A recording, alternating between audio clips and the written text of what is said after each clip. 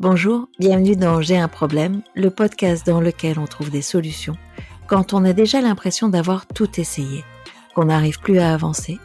Ici, ensemble avec Emmanuel Piquet, on va pouvoir découvrir de nouvelles voies d'exploration pour résoudre ce qui fait souffrir. Bonjour Emmanuel. Bonjour Rebecca. Aujourd'hui Emmanuel, j'ai pris une histoire qui s'appelle Mon enfant face à une amitié toxique. Et je l'ai choisi parce que je trouve que finalement en entreprise, et vous sans doute en thérapie, il y a une espèce d'ultra-banalisation, ultra-vulgarisation des termes type paranoïa, schizophrénie, harceleur et le fameux pervers narcissique, celui dont on dit maintenant assez banalement le PN. Vous pourriez nous dire ce que c'est qu'un pervers narcissique ? Non, parce qu'en fait, pour être parfaitement franche avec vous, je n'en ai jamais reçu en cabinet. En revanche, j'en ai entendu beaucoup parler par des patients, en fait, qui m'expliquaient à quel point, en effet, ils avaient vécu avec un pervers narcissique, souvent, parce que c'est assez genré comme pathologie, avec un pervers narcissique, ou parfois à quel point leur mère, notamment, était une perverse narcissique, ou leur père était un pervers narcissique. Et au fond, c'est assez logique de mon point de vue parce que je pense que c'est la relation en fait qui est toxique, c'est la relation qui est problématique, c'est la relation qui fait souffrir. C'est pas un personnage avec des traits de caractère soit pathologiques, soit immoraux, parce que le pervers narcissique, ce qui est un tout petit peu compliqué dans la définition qu'on en donne de façon habituelle, c'est que on se demande s'il est méchant ou s'il est malade en fait. C'est compliqué du coup. Ce qu'on dit bad or mad, c'est ça ? C'est ça, exactement. Et donc c'est quand même un peu compliqué parce que du coup, est-ce qu'il faut le soigner ou est-ce qu'il faut le sanctionner ou est-ce qu'il faut l'enfermer? Enfin, c'est très bizarre comme définition.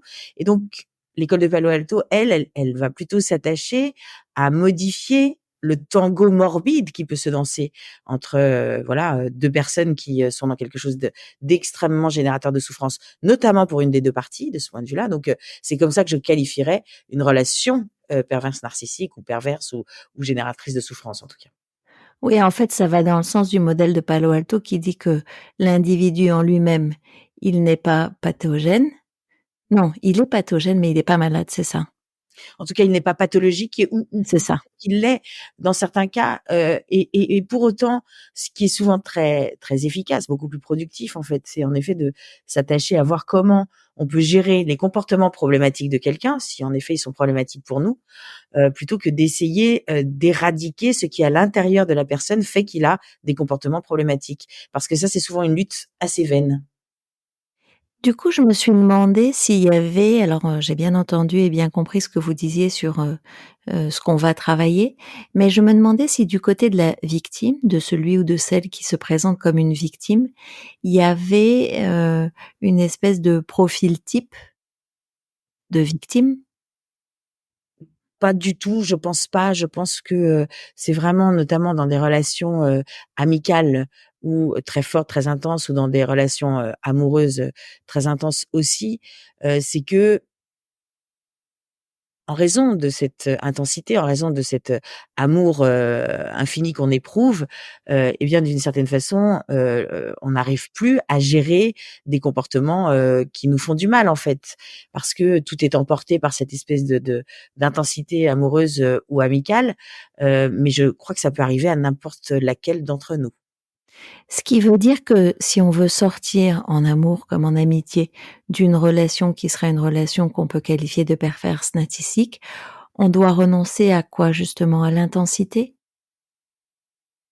On doit renoncer à tout ce qu'il y a de bon dans cette relation, et c'est souvent la problématique en fait. C'est que, heu, les enfants notamment, mais c'est vrai aussi pour, un certain nombre d'adultes, les enfants que je reçois en cabinet et qui sont, en proie à ce type de difficultés, m'expliquent à quel point quand, l'enfant avec laquelle c'est compliqué, ou l'enfant avec lequel c'est compliqué, n'est pas, méchant, ou n'est pas, cruel, ou n'est pas agressif, elle m'explique, à quel point il est gentil cet enfant.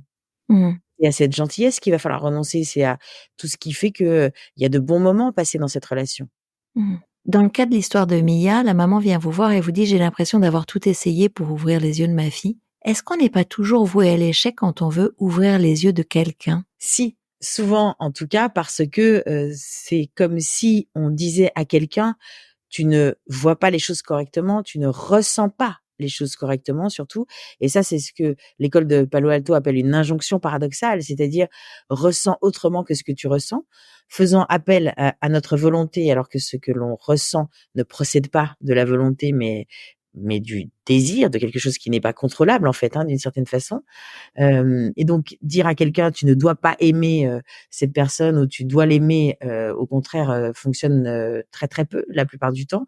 Et si ça fonctionne, c'est un peu problématique parce que c'est comme si l'enfant se disait: «Au fond, je ne vois pas les choses correctement, je ne ressens pas les choses correctement. Heureusement maman est là et elle peut ressentir et voir les choses, à ma place correctement», et ça, c'est pas très bon pour la santé mentale. Mmh. En fait, c'est comme si on essayait de rentrer dans la logique ou imposer sa logique à quelqu'un d'autre et que, on veuille, mettre un carré à la place d'un rond ou un rond à la place d'un carré, c'est ça? Oui, c'est surtout, je crois, le fait de dire à quelqu'un: «Ce que tu ressens n'est pas valable». Moi, ça, je trouve ça d'une violence extrême. En dehors du fait qu'on veut lui imposer notre propre logique, et ça, c'est parfaitement juste, évidemment. Heu, Avant ça, on lui dit: «Tu n'es pas capable de ressentir correctement». Et en même temps, dans le cas de Mia, ce qui se produit, c'est que la petite fille rentre et qu'elle pleure le soir et donc elle valide ce qu'elle ressent. Elle invalide le fait qu'elle ait une attraction pour, Jade la princesse, mais ce sur quoi elle s'attarde, c'est ce qu'elle ressent de triste et de lourd, non? Oui, donc elle valide une partie de son émotion et elle invalide totalement l'autre. Elle invalide l'ambivalence, qu'il y a chez Mia et qu'il y a chez plein d'enfants et plein d'adultes, en disant: «Au fond, je comprends à quel point tu es triste mon amour, c'est vraiment horrible ce que te fait cette petite fille», et d'un autre côté, elle dit: «Et donc je ne comprends pas pourquoi tu l'aimes encore». Mmh. Est-ce que ça veut dire que, par exemple, la réponse juste, avant de mettre en place ce que vous mettez en place, pourrait être, «Je comprends que tu souffres et je comprends que tu l'aimes»? Oui, exactement. Sauf que c'est très difficile à dire pour une maman, parce qu'on n'aime pas que son enfant aime quelqu'un qui la fait souffrir, hein. Donc on est vraiment dans quelque chose de parfaitement logique du point de vue de cette maman, et en même temps, c'est exactement ça, vers quoi je vais l'amener. Oui, alors en fait, elle vous raconte, vous la questionnez sur ses tentatives de solution. Elle vous dit qu'elle a expliqué, qu'elle a exhorté, qu'elle a été voir les parents de Jade, qu'elle en a parlé aux copines. Il y a un truc que je trouverais intéressant que vous commentiez, c'est la maman vous partage sa version du monde en vous disant: «Le père est un pervers narcissique», donc en écho à la petite fille qui est déjà une toxique, et la mère est soumise, et d'ailleurs, le parallèle qu'elle fait ou le parallèle que je fais, mais ça s'invite subrepticement, elle vous dit: «Ma fille, c'est comme ces femmes, battues qui ne font rien», et elle réattribue à la maman cette étiquette un peu de femme victime, de femme pas battue, mais sur, ces femmes qui ne font rien. Qu'est-ce que vous faites de sa vision du monde qui est un peu catégorique, en fait? D'une façon générale, pour que l'alliance thérapeutique soit créée et maintenue, il est extrêmement important de ne pas attaquer cette vision du monde. Parce que si je commence à attaquer sa vision du monde en lui disant: «Bah, vous êtes un peu catégorique, vous savez, c'est pas toujours comme ça, et puis, voilà, qualifier les gens de pervers narcissiques sans vraiment les connaître, c'est pas une très bonne idée», je la perds immédiatement parce qu'elle, c'est sa colonne vertébrale, face à ce problème, en fait. C'est ce à quoi elle s'accroche. Elle s'accroche à ça, au fait que les parents, voilà, sont absolument dysfonctionnels, que du coup cette gamine est dysfonctionnelle et que du coup, il faut vraiment, se battre contre ces gens-là. Donc je vais pas attaquer ça, je vais plutôt m'en servir en fait, d'une certaine façon. D'accord. Ce qui est intéressant aussi dans cette histoire, c'est le fait que moi, j'ai eu l'impression que c'était la maman qui souffrait, plus et qu'elle souffrait de la perception qu'elle avait de la souffrance supposée de sa fille, et du coup, ça m'interroge sur, des choses que vous nous avez déjà dites, c'est-à-dire on prend celui qui souffre, or quand elle vient vous voir, elle vous dit que c'est sa fille qui souffre. De ce point de vue-là, elle a raison, hein, contrairement, à certaines autres situations où, les parents souffrent beaucoup plus que l'enfant, ce qui crée des problèmes. Ici, je pense que les 2 souffrent. Heu, Elle souffre, cette petite fille aussi, d'abord parce que son sa copine l'a fait souffrir, enfin «sa copine» entre guillemets, l'a fait souffrir, mais elle souffre aussi de décevoir sa maman, en fait, d'une certaine manière, parce qu'elle sent bien à quel point sa maman est agacée par le fait que, elle, elle continue à vouloir, avoir des relations, avec cette petite fille. Donc il y a une double souffrance, heu, d'un côté et chez la maman, en effet, il y a une grande souffrance. Donc c'est vraiment les 2 qu'il faut que j'accompagne. Et pourtant, d'accord, j'entends, mais son désir de changement, il est un désir de changement de sa fille. Qu'est-ce que vous faites avec ça quand on vous demande de changer, ce qu'est l'autre et non pas tellement ce qu'il fait? La plupart du temps, quand on me demande de changer quelqu'un, je dis que ça n'est évidemment pas possible, voilà, malheureusement parfois, hein, dans le cas de pervers narcissiques, par exemple. Mais qu'en revanche, je peux aider, la personne à modifier, les pas de danse en effet, avec son harceleur ou avec son agresseur ou en l'occurrence ici avec cette petite fille, infiniment désagréable. Et ça, je pense que ce glissement vers: «Je ne vais pas la changer, mais si elle le souhaite, je peux l'aider à faire différemment», est quelque chose qui est parfaitement entendable pour, une maman qui souffre. Mmh. Vous commencez par lui raconter enfin, vous commencez par la rejoindre et puis après, pour, la faire se déplacer, vous lui racontez une histoire. Est-ce que vous pourriez d'abord nous dire si c'est vous qui l'avez écrite?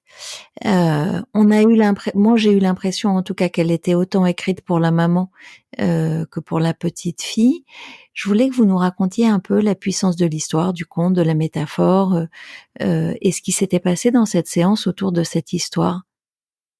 Cette histoire, on l'a écrite, en équipe, heu, mais quand je dis en équipe, c'est, avec une équipe de thérapeutes, et une jeune patiente, en fait. C'est-à-dire que c'est elle qui a commencé à parler de ce château, de ce banquet. C'était une jeune patiente de 12 ans, très métaphorique, et puis, on a élaboré à partir de là, on l'a filé, et on en a fait quelque chose qui, en effet, nous aide beaucoup dans ce genre de situation, heu, parce que, heu parce que en effet, elle montre au fond, à la petite fille, d'un côté à quel point elle a le choix entre rester dans cette relation, ce qu'on comprendra parfaitement parce que, je le redis, il y a des éléments, positifs dans cette relation pour elle à ce moment précis. À quel point on comprend, ça. Donc il y a cette possibilité, puis il y a aussi la possibilité de sortir de cette relation, mais ce sera, forcément avec des renoncements, des inconvénients, des risques, tout à fait élevés.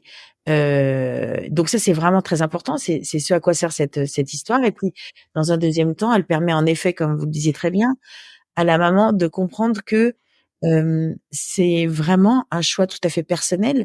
L'amitié, c'est quelque chose d'intime, et qu'on ne peut pas exhorter quelqu'un à aimer ou à ne pas aimer quelqu'un d'autre. Ouais, en fait, c'est comme si vous la déplaciez du sujet de sa fille au sujet de l'amitié, effectivement, et des choix qu'on fait dans la vie, comme si on neutralisait l'évaluation qu'elle peut faire de sa fille, avec juste un choix libre et conscient d'aller plutôt vers tel ou tel, et qui se respecte de fait, c'est ça? Absolument, c'est-à-dire que c'est un changement de niveau logique, puisqu'on parle en effet non plus de sa fille et de ses incapacités, mais du choix qui se présente, à sa fille, c'est parfaitement juste et je crois qu'il y a autre chose en termes de changement aussi de niveau, c'est que quand en effet on dit, à une maman et puis, parfois, quelqu'un se lève du banquet, va lui donner quelques miettes, parfois même, on la sort du banquet, pour l'asseoir à côté de la reine, mais c'est rare et c'est de plus en plus rare et en même temps ces miettes sont importantes. Je pense que on a tous en tête, adultes, des relations amicales ou amoureuses d'ailleurs, où on s'est contenté de miettes. On a tous vécu ça, à un moment ou à un autre et du coup, je trouve que cette métaphore vient aussi toucher la maman à cet endroit-là. Ouais, c'est intéressant parce que dans ce que j'ai envie d'explorer avec vous, c'est ce qu'on fait de ces traumas-là. Je vais y revenir. Je voulais juste, revenir sur là, ce que vous venez de raconter autour de l'histoire. Moi, quand, je le lis, c'est magique. C'est-à-dire que je me dis: «Bah oui, il y a tout, c'est sûr, ça va marcher, elle va tout comprendre». Est-ce que vous, quand vous partagez cette histoire, qui est c'est une prescription de quoi? De réflexion, de tâches de réflexion, non, c'est ça?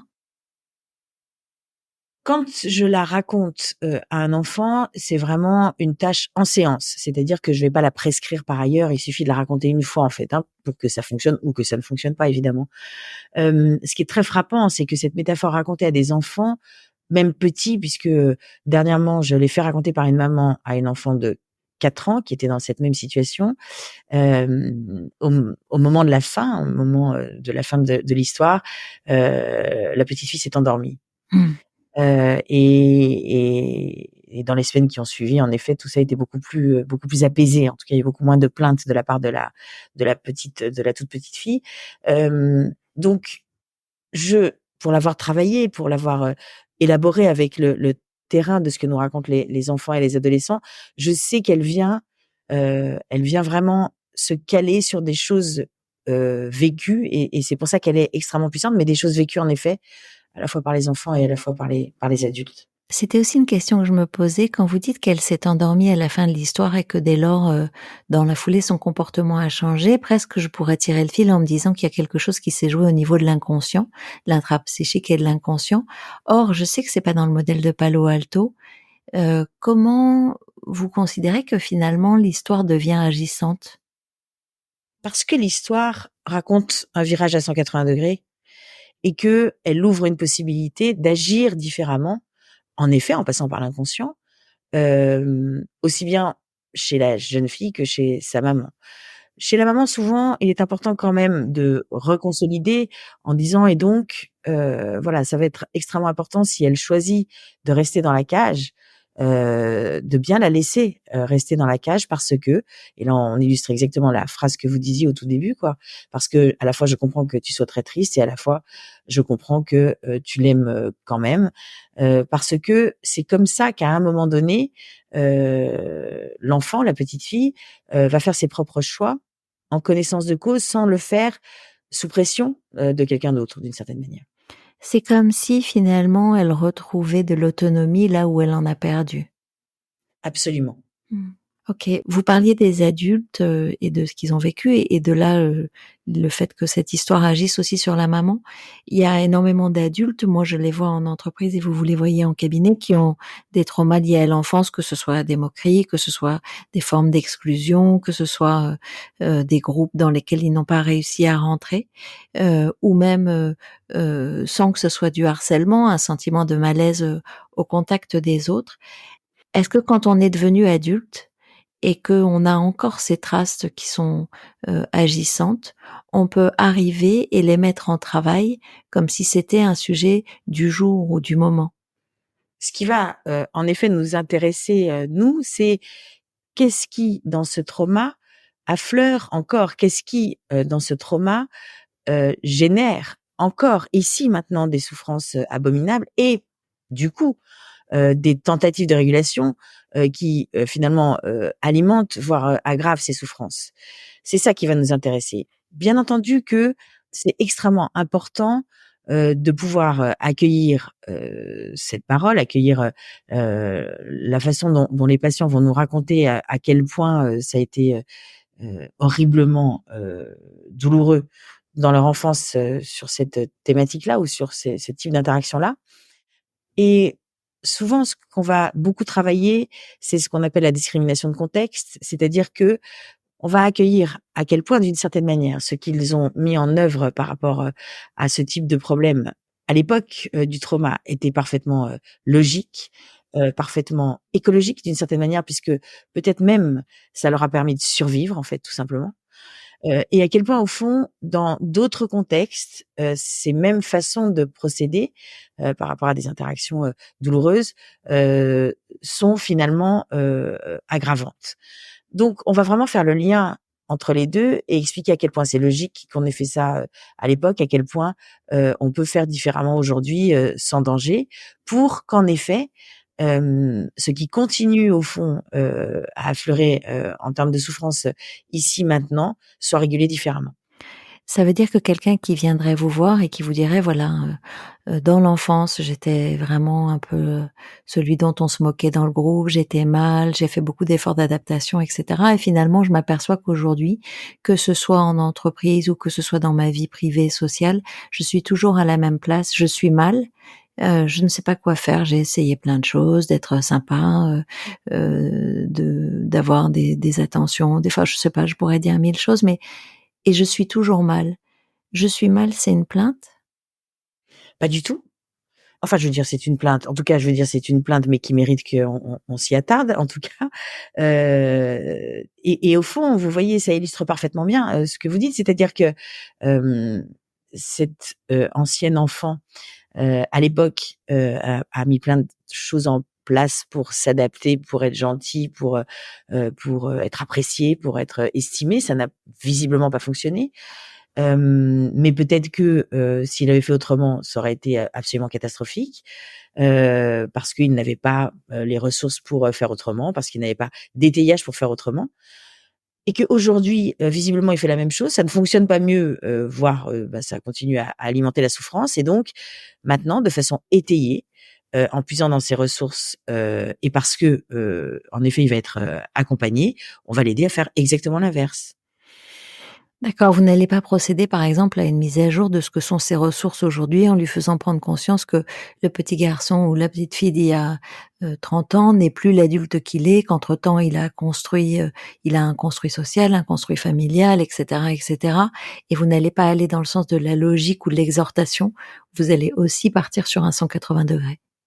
Absolument, c'est-à-dire qu'en fait, je vais plutôt lui montrer au fond à quel point, on peut faire autrement, mais quels sont les risques à faire autrement puisque souvent, ce sont des personnes qui ont extrêmement peur de perdre le peu d'estime qu'elles ont et ce qui est logique en fait, et ce qui est en effet un risque et c'est en leur, faisant identifier ces risques, renoncements, inconvénients qui leur sont, très, très propres en fait, hein, que, je vais les amener à puiser dans leurs ressources d'une façon écologique, c'est-à-dire que je vais leur faire des choses qui, sont parfaitement possibles pour eux à ce moment précis.